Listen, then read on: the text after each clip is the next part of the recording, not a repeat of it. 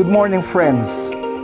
Ako po si Pastor Joey Galinato, ang inyong kasama tuwing Miyerkules para sa ating Si Jesus ay Kasama Morning Devotion. Blessings ba hanap mo? Halika, samahan mo ako at sabay-sabay nating tanggapin ang nag-umapaw na pagpapala mula sa salita ng Diyos.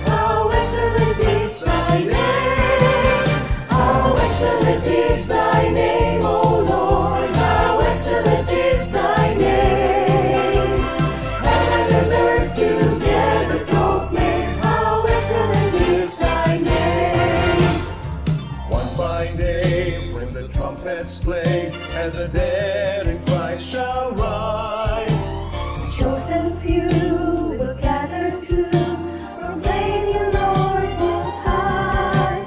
With joyful hallelujahs, the heavenly hosts will sing. Every knee shall bow, every tongue will shout, You're the King of Kings. How excellent is Thy name,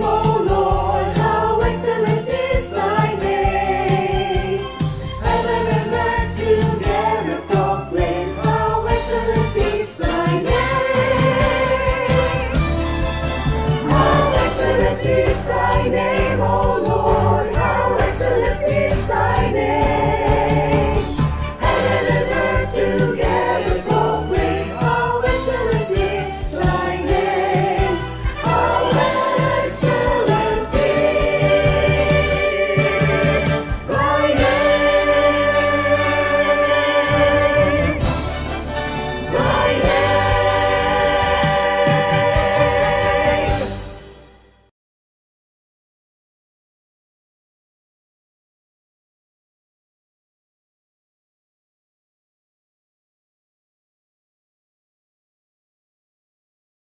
Thank you, Nax Virtual Choir. Mga kapatid, ngayong buwan ng Mayo, napag-usapan po namin sa ministerial team na ang magiging tema ng ating daily devotion ngayon ay nakasentro sa mga pangalan ng Diyos na nakabatay sa Lumang Tipan or sa Old Testament. Your name defines who you are as an individual. Ika nga ng iba. Mga kapatid, sa salitang Hebreo, kagaya ng sa Ingles, when we refer to people's names, it was all about their reputation and character. Kapag sinabi natin or nirefer natin yung pangalan ng isang tao, usually, naaalala natin yung kanyang kaugalian, yung kanyang reputasyon. Actually, we frequently talk about preserving or regaining our positive image, which refers to our reputation. Similarly, friends, the name of God represents His character as expressed through His actions and conduct. Ang Diyos ay nakilala natin doon sa Lumang Tipan sa pamamagitan ng kanyang mga ginawa at kung ano nga ba ang pagpapakilala niya sa mga tao at lalong-lalo na sa mga Israelita. Kung kaya sa Lumang Tipan, meron tayong tinatawag na name theology. Ito'y teolohiya at pagkakakilanlan ng Diyos sa pamamagitan ng kanyang mga ginawa. Kung kaya't nabuo yung mga iba't ibang mga titulo o pangalan ng Diyos. Ngayong araw na ito, mga kapatid, pansinin nga natin ang pangalan ng Diyos, I am who I am o Yahweh. At kung paanong may apply din natin ito sa ating sariling buhay. Again, the name of God is revealed in various forms and aspects, inviting people to evaluate ourselves, that we may live with Him in a close and dynamic relationship. The name of God, friends, reveals His true nature and character. Alam niyo ba na sa Biblia, merong at least 300 names ang Diyos? Now, what's the reason for such a large quantity? Bakit nga ba ganun karami? Maybe it's because no single name can fully capture the essence of God. Every single one is a remarkable display of the divine and sacred nature of God. Now, take for instance the concept of God as the Holy One. God is described as holy, holy, holy is the Lord Almighty in Isaiah 6:3, or ang tinatawag natin sa liturgy na Trisagion, the thrice holy or the 3 times holy. Now, this emphasizes God's divine nature. When we talk about God being a holy God, it means that God is truly unique and incomparable. He has a special quality that sets Him apart from others. He is divine while we are mere mortals. A safe refuge, a safe haven, a sacred location, a sanctuary. Ito rin ang isa sa mga pagkakakilanlan sa Diyos. With the presence of God, we discover a sense of sacredness and experience a profound peace and tranquility. It is in God that we find solace and a safe haven, shielding us from the pain and mistreatment of the world. And so coming to God feels like returning to a place of safety, acceptance, and love. Plus, we don't have to lift a finger to deserve it. Nakikilala din ang Diyos sa Lumang Tipan sa pamamagitan ng kanyang pagiging compassionate. A compassionate God.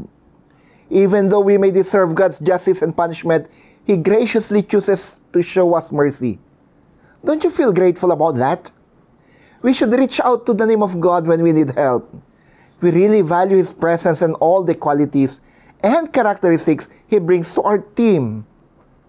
In Genesis 4:26, humans started invoking the name of the Lord. It is mentioned in the text that men started to call on the name of the Lord. When we invoke the name of God, it goes beyond simply using a name to refer to Him. We are discussing His character. We're talking about His character, His reputation, His attributes, and power and presence. Now, mga kapatid, sa pag-uusap ng Diyos at ni Moses sa pamamagitan ng isang burning bush na matatagpuan sa aklat ng Exodus, ibinigay ng Diyos ang kanyang pangalan kay Moses sa pamamaraan na mahirap intindihin at napaka-mysterious. God is quoted as saying, I am who I am in Exodus 3:14. Since the beginning of time, this name of God has attracted the attention of both theologians and Christians. Now, let's look at this name and what really is its meaning and how does it affect us as believers. Now first, let us look at the meaning of the name I am who I am. An interpretation of the Hebrew word Eye Asher Eye that translates to I am who I am reveals many levels of meaning. The self-existence and everlasting essence of God are both expressed through it. God is not reliant on anything else in order to maintain His existence. Hindi nangangailangan ng Diyos ng iba upang sa ganun ay siya manatiling nandyan. Simply put, God is. It is a possible indication of the incomprehensibility and mystery of God. Pinapahayag lang nito na mahirap talagang lubusang maunawaan at maintindihan ng Diyos. The essence of substance of God are incomprehensible due to human limitations. Dahil sa tayo'y mga tao, mga mortal, hindi po talaga natin lubusang maintindihan at maunawaan kung ano nga ba at sino nga ba ang Diyos.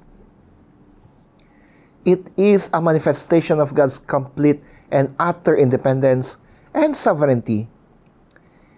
He is the uncaused cause. Siya ang dahilan ng lahat. Pero wala siyang pinanggalingan. The one who exercises self-determination and is self-sufficient. The trustworthiness and dependability of God are made clear by this. When God affirms I am, my dear friends, it is a proclamation of His everlasting presence and commitment through all of eternity. Ngayon, ano nga bang significance ng pangalan na to? I am who I am. It proclaims God's unique identity as the one true God, separate from all other so-called gods. This name of God has deep theological implications.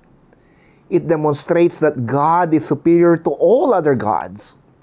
The confidence of God's existence, my friends, and the covenant connection that God has with His people is the foundation upon which our faith is built. It reassures us of the unchanging presence of God, as well as His capacity to fulfill the promises that He has made for us. Now, in front of the all-powerful and sovereign God, it encourages us to worship and submit ourselves in a modest manner. Now, how can we make use of the name of God, I am who I am, in our daily lives? When it comes to our life, how should the name I am who I am affect us? The majesty and mystery of God ought to bring forth feelings and awe and reverence in us as a result of this. This ought to instill trust and a sense of security in us regarding the constant character and fidelity of God. It ought to inspire us to obey and serve this God who has revealed Himself in such a profound manner. It ought to cause us to believe in God's absolute control over everything at all times and in His flawless plan. Mga kapatid, I am who I am. A significant revelation with regard to the essence and character of the God whom we worship. I am who I am. If we're going to go on with the reading in Exodus, makikita natin doon, I am who I am, Yahweh, the God of your ancestors, the God of the past, the God of the present, the God of the future. When God told Moses that his name is I am who I am, He actually told him, I was with you then, I am with you right now, and I will be with you forever. God is telling you today, my friend, that He is the God who was with you, who blessed you, who helped you in the past. And He is the God who is with you and who is helping you at present. And He will forever be the God who is with you and who will be with you in the future, helping you. My prayer today, friends, is that may you feel the presence of the God of the past, the God of the present, and the God of the future. May this everlasting, self-existence, and all-powerful God be with you. Thank you, dear God, Father, Son, and Spirit, for assuring us of your presence to us in the past, at present, and in the future. Ikaw ang siyang Diyos na hindi nangiiwan. Ikaw ang siyang Diyos na nakakabatid kung anong aming nakaraan, kung anong aming pinagdadaanan ngayon, at kung anong mangyayari sa aming kinabukasan. Ikaw ang siyang Diyos na laging nandyan, kasama namin sa bawat araw, bawat oras, bawat minuto, bawat segundo ng aming buhay. Maraming salamat, O Diyos, sapagkat di mo kami iniiwanan. Ikaw ang kapangyarihang Diyos, ang Diyos na walang hanggan. Basbasan mo ngayon mga kakasama ko na nasa devotion na ito ngayon. Iparamdam nyo sa kanila ang iyong presensya, ang iyong pagmamahal, ang iyong pagpapagaling, ang iyong pagpapala. Sa ngalan mo, O Diyos, makapangyarihang Ama, Anak at Espiritu Santo. Amen. Amen.